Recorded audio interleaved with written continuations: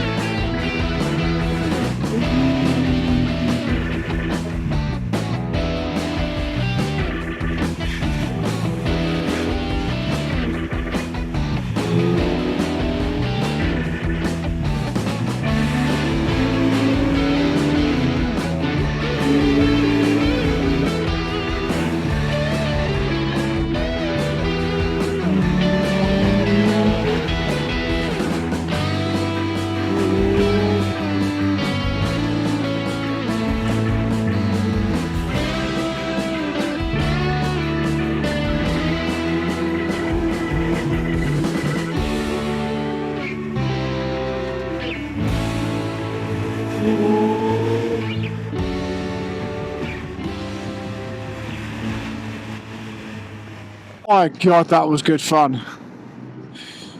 I was halfway down there thinking, I wish I didn't have all my camping stuff on the back. Those twisty roads are unbelievable. Oh my God, and the road surface was great. And these tyres were so good. For 50/50 on-road, off-road tyres, God, that was, yeah, wow, that was fun. Goes back to what I was saying, bikers, you don't get that in the UK. I will say though, I wish I wasn't doing that on a 300 kilo, fully loaded adventure bike. I wish I still had my old Ducati Monster 700. That would have absolutely torn through there. But I'll tell you what though, the triple engine is so smooth. I mean, there was a few times where I went into a corner a little bit hot. You know, I had to dab the brakes in the middle of the corner, which is normally a bit of a no. And you can roll the power on. You can roll the power on with the triple really nicely. There's no jumpiness or lurchiness, or, you know, or if you've got an inline four, you know, you kind of get nothing, all of it. And on a triple, you got torque low down, really nice smooth power band, and then loads of power at the top end as well. So, whew, yeah. Ah, good morning, everyone. Wow, that was fantastic. All right.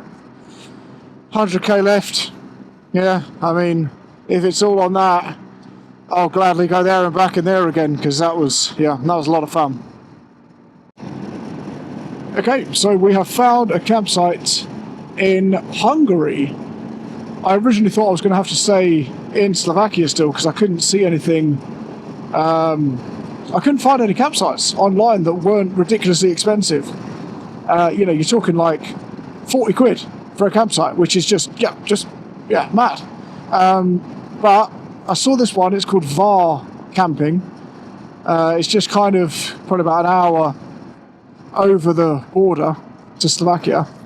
And I looked on their website, and it's about, I think it's about 12 quid or 13 quid to camp. Like, I think it was 2,900 florins.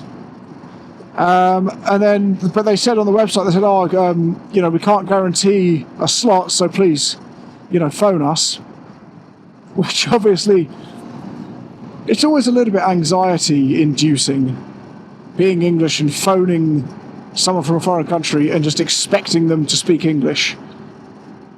you kind of have to, you almost kind of have to embrace kind of the British arrogance of just expecting people to speak English. So, and this lovely lady answered the phone. I said, "Oh, hello." I said, "Oh, you speak English?" And she said, "Oh, a little bit." And I said, "Do you have space tonight for a motorcycle?" And she said, "Oh, well," she said, "No, it's fully booked, but if you have a tent, then you can come." And I said, "Oh, yeah, I've got a tent. So you've got space for one tent?" And she sort of went, yeah, space for a tent." So we'll see. I guess we'll see. It's an hour and a half away, which works for me because that'll put us at 4:30, probably 5 o'clock by the time I've stopped off and grabbed a few beers and stuff, which is kind of my preferred time to stop. Really, I didn't think that, this campsite I'm going to now, I was going to get there in about 20 minutes. So 3:20. It's just quite early to get to a campsite. You end up spending a lot of time just sort of sitting around twiddling your thumbs trying to think of something to do. Whereas this one, get there at 5:30, or get there at 5:30. Unpack all the tent and stuff. Nip to the shops, grab a few beers. Policia. And then go to Lidl, grab a few beers, grab some food. Go and set up the tent, and then just chill out, because then you've only got best part of 3 hours by the time you set the tent up. 6 o'clock, 3 hours will put you at 9, and then that's normally when I'm getting into bed on nights when I camp anyway. I'm hoping that this campsite might have some fairly decent facilities to wash and shower, because the one yesterday did not. And so we did sneak a shower yesterday, but it certainly wasn't the ideal shower, shall we say. So we need to stop off and grab a few bits from Lidl first, and then we'll be in Hungary, so country number 11, and then that puts us really nicely on course, because I wasn't meant to get to Budapest until tomorrow. Then I had a rest day, so in theory we're now 2 days ahead of schedule, which means we're going to go into Romania. I've decided we're going to go to Romania, and so we're going to take, instead of going straight down through Hungary into Serbia, we're going to kind of loop through Romania and go into Serbia that way, and then we can ride through. I don't think we'll go through Belgrade, I think we'll go through Novi Sad, because apparently it's quite nice there, and then we'll go into Bosnia from there. Stop off in Sarajevo. They've got a copper market in Sarajevo, which I'm quite looking forward to going to. So there we go. Everything's worked out just rosy, hasn't it? So I've got to stop off in Hungary somewhere, a Lidl preferably, and then I need to find an ATM as well, because something tells me they're probably not going to take card. Not for, for 12 quid. I don't think they would anyway. So it's quite nice, this trip, because we're kind of collecting weird currencies. I say weird currencies, they're not weird. The annoying thing is I've got loads of Hungarian florins at home from the last time I was in Budapest. I didn't spend them, and I didn't think I'd bring them. I didn't think I'd need them. I only brought euros with me. But we've got some Czechian whatever they're called, schmeckles I think is what I call them, isn't it? There's a sunflower field there. I wouldn't mind a sunflower. Do we think you can sneak into the sunflower field? If you can, I'm going to do it. I quite fancy a sunflower, we got some Czechian smackaroonies. Oh no chance of me getting in there. That's a shame. I wanted to nick a sunflower. And then we'll go and get some florins. We'll find an ATM. We'll get some florins out, and then I think that's it for weird. Oh no, in Romania they use the leu, which again, I've got some at home, because my mate's Romanian and he gave me some just for a laugh. But so we'll need to go and get that. But I think, because we camped 2 nights in a row, so last night's camp was 6 quid, this one should be about 12. So I'm going to book a hotel for tomorrow night in Romania. Just stay like a Best Western or something. Just charge your phones and charge the power banks and stuff, charge all the camera batteries. And then from there we'll go to Novi Sad see if we can find a campsite in Serbia. Do we reckon? That, and also the ground is so hard. Like, the ground's going to be so hard, and I don't have a hammer. So if we do go into the Lidl, I'll see if they sell hammers. They normally do. They've got like a little section, haven't they? I did use the handle of the knife for the last one, which worked okay, but something tells me this ground's going to be really hard compared to yesterday. Yesterday was just a little bit more forgiving. So anyway, there we go.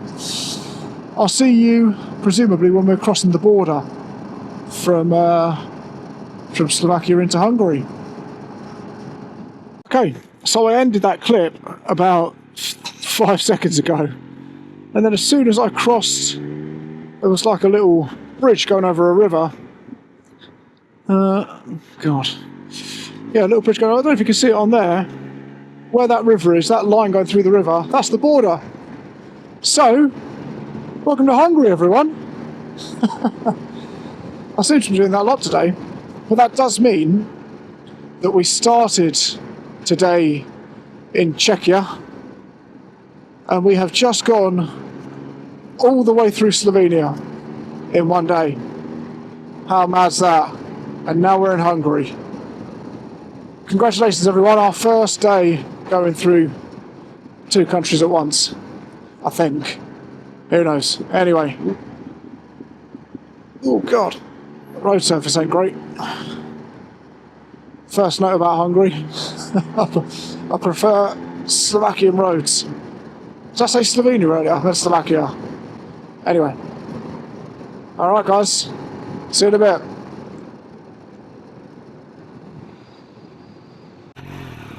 Little fox on the side of the road. Oh. Right.